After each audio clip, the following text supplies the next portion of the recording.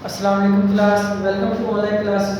तो बच्चों, last class में हमने डिस्कस किया था कि जो स्ट्रेंथ ऑफ मैग्नेटिक फील्ड है वो मैक्सिमम कब होगी और मिनिमम कब होगी।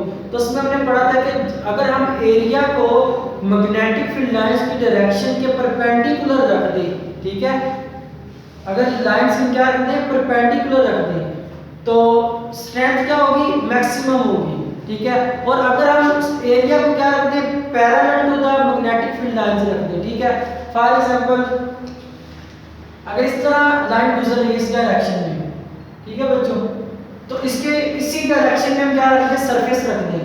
अब देखिए ये डायरेक्शन है ना, तो इसी डायरेक्शन में अगर हम सरफेस रख दें तो कुछ लाइंस क्या होंगी, ऊपर से गुजर जाएंगी और कुछ नीचे से गुजर जाएंगी, ठीक है। तो इसमें से क्या होगा, मैग्नेटिक फील्ड लाइंस या तो गुजरेगी नहीं, अगर गुजरेगी तो बिल्कुल बहुत थोड़ी अमाउंट में गुजरेगी, means minimum number of lines होगी, तो जिसकी वजह से स्ट्रेंथ भी क्या होगी, मिनिमम होगी। तो जब आप देखिए प्लेन, अब डायरेक्शन क्या है, लाइंस की ये वाली डायरेक्शन है और सरफेस की प्लेन कौन सी है, ये वाली प्लेन है, ठीक है, मींस प्लेन की डायरेक्शन ये वाली है, तो दोनों के दरमियान एंगल कितना हुआ, 0 डिग्री।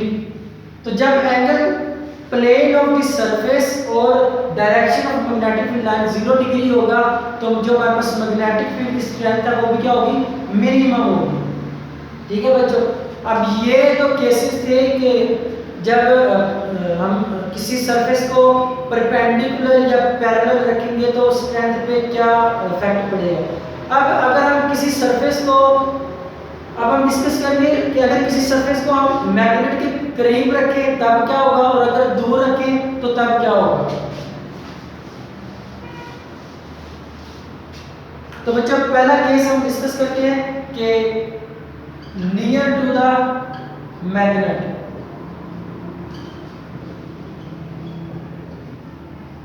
ठीक है, कि जब हम किसी सरफेस को मैग्नेट के करीब रखेंगे तब मैग्नेटिक फील्ड ज्यादा होगा या कम होगा। फॉर एग्जांपल ये मैग्नेट है, ठीक है, ये क्या है, मैग्नेट, इसका एक पोल क्या है, साउथ पोल है, और दूसरा क्या है, नॉर्थ पोल है, ठीक है बच्चों। तो देखिए लाइंस कहां से निकलेंगी, साउथ पोल से, नॉर्थ पोल से निकलेंगी और साउथ पोल में एंटर होंगी, मींस कुछ ये डायरेक्शन होगी लाइंस की, मींस यहां से घूम के ये कहां पे आ जाएगी, साउथ पोल पे। तो हम सिर्फ ये फॉरवर्ड डायरेक्शन ले रहे हैं लाइंस की,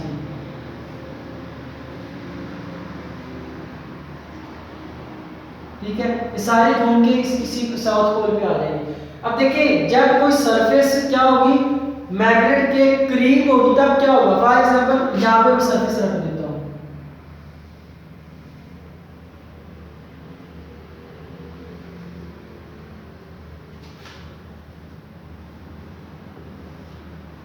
ठीक है, ये क्या है, सरफेस है। तो देखिए बच्चे जब हमने सरफेस को क्लोज टू या नियर टू द मैग्नेट रखा तो उसमें से maximum lines of magnetic field क्या हो रही है, पास कर रही है, ठीक है। ऑलमोस्ट सारी की सारी लाइंस क्या कर रही है, सरफेस में से पास कर रही है, ठीक है, ये सारी लाइंस इसमें से पास कर रही है, सरफेस में से पास कर रही है, ठीक है। तो बच्चों जब हम सरफेस को मैग्नेट के जितना करीब रखेंगे उतना ही स्ट्रेंथ क्या होगी, ज्यादा होगी, क्योंकि number of magnetic field lines ज्यादा पास करेंगी। अगर लाइंस ज्यादा पास करेंगी तो स्ट्रेंथ भी क्या होगी, ज्यादा होगी। तो यहाँ पे बच्चों स्ट्रेंथ क्या होगी, strength will be maximum. MCQs है ये, ठीक है, कि जब हम किसी सरफेस को मैग्नेट के जितना करीब रखेंगे तो उतनी स्ट्रेंथ क्या होगी, ज्यादा होगी, क्योंकि maximum number of magnetic field lines उसमें से पास कर सकेंगी। तो जितनी ज्यादा मैग्नेटिक फील्ड लाइंस पास करेंगे उतना ही ज्यादा क्या होगा, मैग्नेटिक फील्ड होगा, उसकी स्ट्रेंथ उतनी ही ज्यादा होगी, ठीक है बच्चों। तो नियर टू द मैग्नेट इसकी स्ट्रेंथ क्या होगी, मैक्सिमम स्ट्रेंथ होगी, ठीक है बच्चों। एमसीक्यूज है ये, इसको आपने याद रखना है। अब हमने क्या करना है, दूसरा केस डिस्कस करना है कि जब हम सरफेस को मैग्नेट से क्या करते हैं, दूर कर देते हैं, तब क्या होगा, यानी कि फार टू दी मैग्नेट या अवे टू दी मैग्नेट।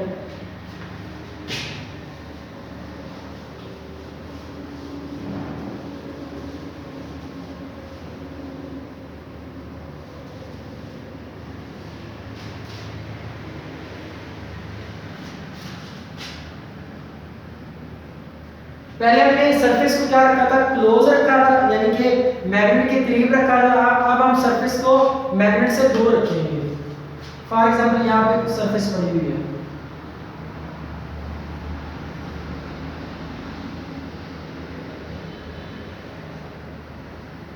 ठीक। अब देखिए बच्चे, सरफेस क्या है, दूर है ना, तो मैग्नेटिक फील्ड ऐसे पास करती है।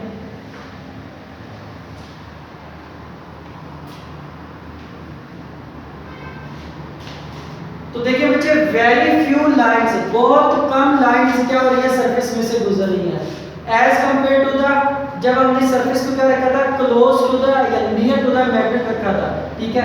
तो यहाँ पे लाइंस कम गुजर रही है, तो यहाँ पे स्ट्रेंथ ऑफ मैग्नेटिक फील्ड भी क्या होगी, मिनिमम होगी।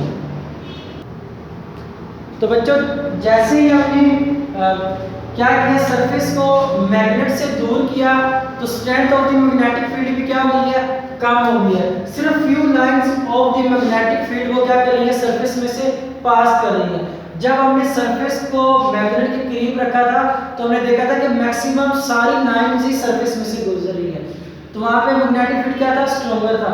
अब जैसे हमने सरफेस को क्या किया है, मैग्नेट से दूर किया है, तो देखिए कुछ लाइंस क्या हो गई है, बाहर चली गई है, ठीक है। सिर्फ कुछ लाइंस सरफेस में से गुजर रही है एज कंपेयर टू जब सरफेस को हमने क्लोज किया था मैग्नेट के, ठीक है।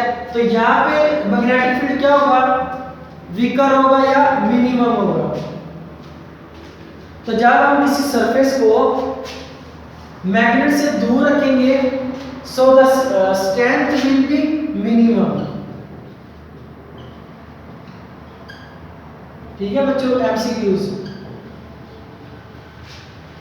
दोनों एमसीक्यूज याद रखने हैं कि जब हम मैग्नेट के करीब सरफेस को मैग्नेट के करीब रखते हैं, तो तब मैग्नेटिक फील्ड क्या होता है, ज्यादा होता है, या strength of the magnetic field क्या होती है, मैक्सिमम होती है। और जैसे हम क्या करते हैं, सरफेस को क्या करते हैं, अवे टू द मैग्नेट हम लेके जाते हैं, मैग्नेट से हम सरफेस को दूर करते हैं, तो स्ट्रेंथ भी क्या हो जाती है, मिनिमम हो जाती है, क्योंकि उसमें से जो मैग्नेटिक फील्ड लाइंस है वो मिनिमम पास करती है, ठीक है बच्चों। तो इसकी एक दफा हम रीडिंग कर लेते हैं। रीडिंग में वो कहता है कि the strength of magnetic field, second paragraph यहां से, the strength of magnetic field is defined as the number of magnetic lines of force passing through any surface, ठीक है, इसको अंडरलाइन कर लीजिएगा।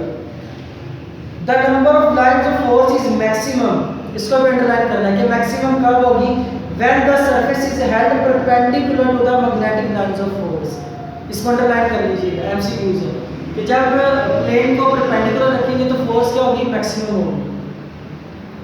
आगे वो कहते हैं कि it will be minimum when the surface is held parallel to the magnetic lines of force, कि जब हम किसी सरफेस को लाइंस के पैरेलल रखेंगे, यानी कि 0 डिग्री एंगल पर रखेंगे, तो तब स्ट्रेंथ क्या होगी, मिनिमम होगी। आगे कहते हैं कि if we place a coil in the magnetic field of a bar magnet, some of the magnetic field lines of force will pass through it. If the coil is far away from the magnet, कि ये जो surface है या जो coil है, इसको हम magnet से दूर रखेंगे, तब क्या होगा, some of the magnetic lines of force will pass through it, कि सिर्फ चंद एक लाइन से सरफेस में से गुजर सकेंगी, ठीक है। pass through the coil. However, if the coil is close to the magnet, a large number of lines of force will pass through it. कि जब हम सरफेस को क्या करेंगे, मैग्नेट के करीब रखेंगे, तो क्या होगी, मैक्सिमम लाइन उसमें से पास करेंगे, तो वहां पे मैग्नेटिक फील्ड भी क्या होगा, स्ट्रॉन्गर होगा या मैक्सिमम होगा, ठीक है बच्चों। नेक्स्ट पेज पे, ठीक है, ये इसने दोनों एग्जांपल दी हुई है कि जब हम एरिया को या सरफेस को दूर करते हैं तब लाइंस कम गुजरती है, और जब हम बिल्कुल करीब कर देते हैं मैग्नेट के सरफेस को तब मैक्सिमम लाइंस पास करती है सरफेस में से। ठीक है, तो जो फिगर ए है इसका मैग्नेटिक फील्ड क्या होगा, मिनिमम होगा या वीकर होगा, और इसका मैग्नेटिक फील्ड क्या होगा, स्ट्रॉन्गर होगा या मैक्सिमम होगा। आगे वो कहता है this means we can change the number of magnetic lines of force through a coil by moving in the magnetic field. ठीक है बच्चों, कि जब भी हम किसी सरफेस को मैग्नेटिक फील्ड में मूव करवाएंगे, ठीक है, जब इसको क्लोज लेके आएंगे तब क्या होगी, लाइंस ज्यादा गुजरेंगी, जब इसको दूर लेके जाएंगे तब लाइंस कम गुजरेंगी, जैसे इसने फिगर बनाई है। तो इस तरह मैग्नेटिक फील्ड क्या हो जाएगा, चेंज हो जाएगा। ठीक है, मैग्नेटिक फील्ड चेंज होगा ना, जब करीब होगा तो ज्यादा मैग्नेटिक फील्ड होगा, और जब सरफेस दूर होगी तो कम मैग्नेटिक फील्ड होगा। तो मैग्नेटिक फील्ड में क्या आ जाएगा, चेंज आ जाएगा जब हम सरफेस को मूव करवाएंगे इन the magnetic field. Important point इसको अंडरलाइन करना है एमसीक्यूज के लिए, कि जब हम सरफेस को मूव करवाते हैं तो मैग्नेटिक फील्ड क्या हो जाता है, चेंज हो जाता है। This change in the number of magnetic field lines will induce N EMF in the coil. ठीक है, ये भी एमसीक्यूज है, अंडरलाइन कर लीजिए इसको, कि चेंज इन मैग्नेटिक फील्ड क्या प्रोड्यूस करता है, ईएमएफ। ये मैंने पहले भी पॉइंट लिखा था। ठीक है, अभी भी लिख देता हूं कि change in magnetic field produces EMF.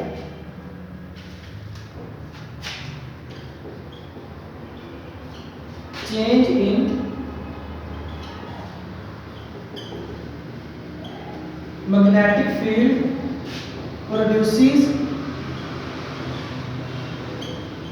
EMF.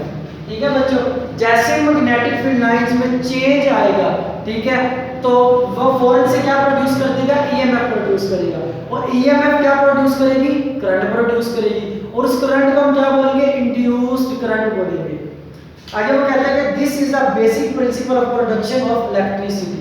ठीक है, कि जो इलेक्ट्रिसिटी होती है वो इसी तरह पैदा होती है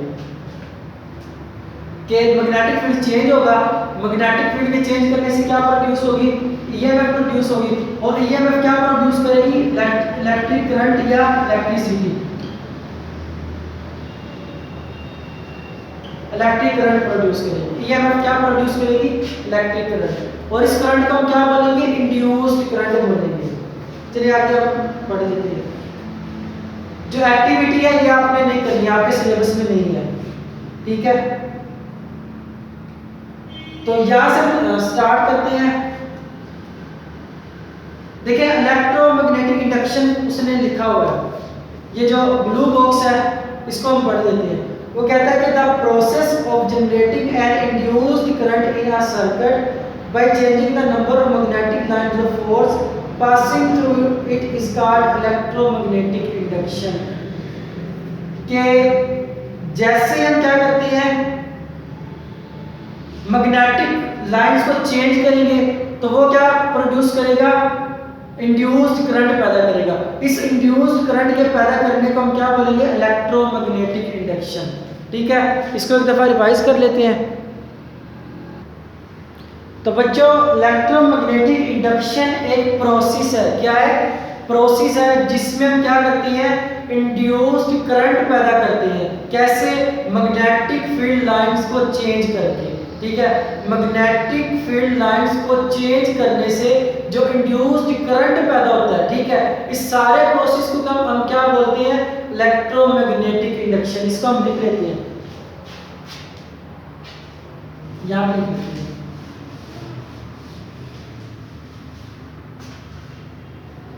ठीक है बच्चों, सो हम अब डिफाइन करने लगे हैं इलेक्ट्रोमैग्नेटिक इंडक्शन क्या होता है। देखिए हम इसकी पहले बेस से इसको हम डिस्कस करते हैं कि जैसे हम क्या करेंगे, सरफेस को मूव करवाएंगे मैग्नेटिक फील्ड के अंदर तो क्या चेंज होगा, मैग्नेटिक फील्ड चेंज होगा। ठीक है, कि जब हम इसको क्लोज लेके आएंगे तो ज्यादा लाइन गुजरेगी, ठीक है, सरफेस में से। जब हम सरफेस को दूर लेके जाएंगे तो कम लाइन गुजरेगी। ठीक है, मींस मैग्नेटिक फील्ड में चेंज प्रोड्यूस होगा या चेंज आ जाएगा मैग्नेटिक फील्ड में। और मैग्नेटिक फील्ड में चेंज आने से क्या प्रोड्यूस होगा, ईएमएफ प्रोड्यूस होगा। ईएमएफ के प्रोड्यूस होने से क्या प्रोड्यूस होगा, इंड्यूस्ड करंट प्रोड्यूस होगा। तो इस सारे प्रोसेस को हम क्या बोलेंगे, इलेक्ट्रोमैग्नेटिक इंडक्शन बोलेंगे। इसको मैं लिख देता हूं कि द प्रोसेस, ये वो प्रोसेस है इन विच, जिसमें induced, in which induced current is generated by changing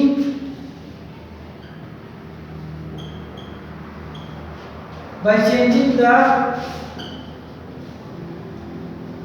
magnetic field lines.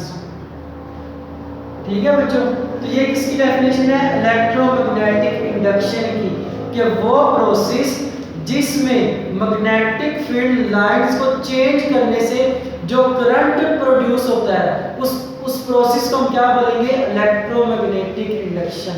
ठीक है बच्चों, मैंने पहले भी बताया था कि इंड्यूस्ड करंट का मतलब क्या है, इंड्यूस्ड करंट का मतलब क्या है कि जो मैग्नेटिक फील्ड चेंज करने की वजह से जो करंट पैदा होता है, ठीक है, दोबारा फिर सुन ले, मैग्नेटिक फील्ड को चेंज करने से जो करंट पैदा होता है उस करंट को हम क्या बोलेंगे, इंड्यूस्ड करंट बोलेंगे। ठीक है बच्चों, तो इंड्यूस्ड करंट को प्रोड्यूस करने का जो प्रोसेस है, ठीक है, by changing magnetic field lines, उस प्रोसेस को हम क्या बोलेंगे, इलेक्ट्रोमैग्नेटिक इंडक्शन।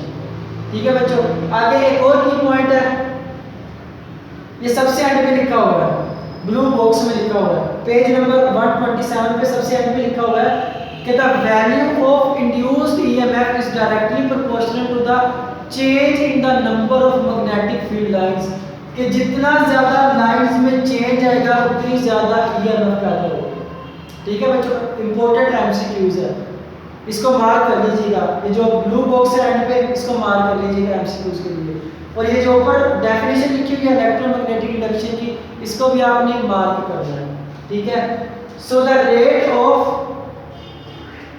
ईएमएफ, मैं लिख देता हूं कि ईएमएफ का जो रेट है वो डायरेक्टली प्रोपोर्शनल किसकी है, चेंज इन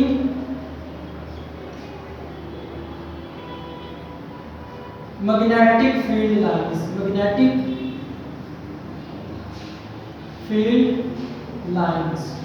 ठीक है बच्चों, कि जितना ज्यादा मैग्नेटिक फील्ड लाइंस में चेंज आएगा उतनी ज्यादा ईएमएफ पैदा होगी, और जितनी ज्यादा ईएमएफ पैदा होगी उतना ज्यादा इंड्यूस्ड करंट पैदा होगा। ठीक है बच्चों, इंपॉर्टेंट एमसीक्यूज है कि rate of induced EMF is directly proportional to the change in the number of magnetic field lines. जितनी ज्यादा सरफेस में से लाइंस जो है वो चेंज होगी, या जितना ज्यादा मैग्नेटिक फील्ड चेंज होगा सरफेस को मूव करवाने से, उतनी ज्यादा क्या होगी, ईएमएफ प्रोड्यूस होगी। ठीक है बच्चों, यहाँ तक आपका काम था, तो इसको रीड करें। एक्टिविटी आपके सिलेबस में इंक्लूड नहीं है। ठीक है, मैं बार बार बता रहा हूँ, एक्टिविटी आपने सिर्फ अपनी अंडरस्टैंडिंग के लिए इनको स्टडी करना है। अगर आप इनको स्टडी करेंगे तो आपको बहुत अच्छे से इनकी समझ आ जाएगी। ठीक है, इनको स्टडी जरूर करें, लेकिन आपके सिलेबस का हिस्सा नहीं है। ये दोनों ब्लू बॉक्स आपने लाजमी करने हैं एमसीक्यूज के लिए। ठीक है, इसको रीड करें। अल्लाह हाफिज़।